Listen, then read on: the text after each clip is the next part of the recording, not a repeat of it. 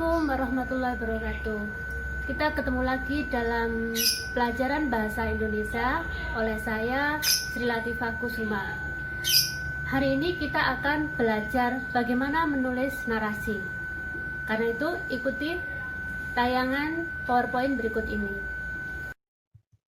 Belajar menulis teks narasi. Tujuan pembelajaran kali ini adalah siswa dapat menulis gagasan dengan pola urutan waktu dan tempat ke dalam bentuk paragraf naratif. Kedua, siswa dapat menyunting paragraf naratif yang dibuat teman.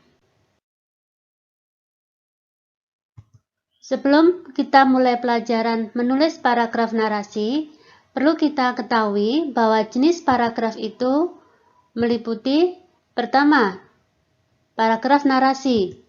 Yang kedua, paragraf deskripsi. 3. Eksposisi. Keempat, argumentasi. Dan yang kelima adalah persuasi. Nah, kita akan belajar menulis paragraf narasi. Anak-anak, sekarang perhatikan contoh paragraf berikut. Ketika tiba di stasiun kereta api, Rosa nampak bingung melihat banyaknya kerumunan orang. Suara bising para makelar, pedagang kaki lima, calon penumpang, serta peluit kereta yang segera berangkat ke Solo. Sekali-kali ia menoleh ke kanan dan sekali-kali menoleh ke kiri. Baru kali ini dia pergi sendiri tanpa ditemani seseorang. Keputusannya meninggalkan rumah sudah bulat. Dalam kebingungannya, tiba-tiba seorang lelaki mendekatinya dari belakang. Rosa pun terkejut. Ia tak menyangka kalau sejak tadi Rusli menguntitnya dari belakang.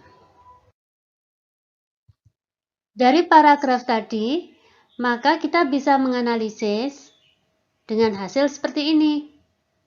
Yang pertama, paragraf tersebut berisi cerita. Yang kedua, pengembangannya berdasarkan urutan waktu atau peristiwa. Ketiga, paragraf tersebut memiliki alur. Keempat, paragraf tersebut memiliki objek penceritaan. Berikutnya kelima, paragraf tersebut berdasarkan imajinasi. Nah, sekarang berdasarkan hasil analisis tadi, maka bisa kita simpulkan bahwa paragraf tersebut adalah paragraf yang bersifat naratif atau disebut dengan paragraf narasi. Sekarang, apa yang dimaksud dengan narasi? Narasi adalah salah satu bentuk teks yang berisi cerita yang pola pengembangannya berdasarkan urutan kejadian atau urutan waktu. Anak-anak, sekarang apa ciri-ciri narasi?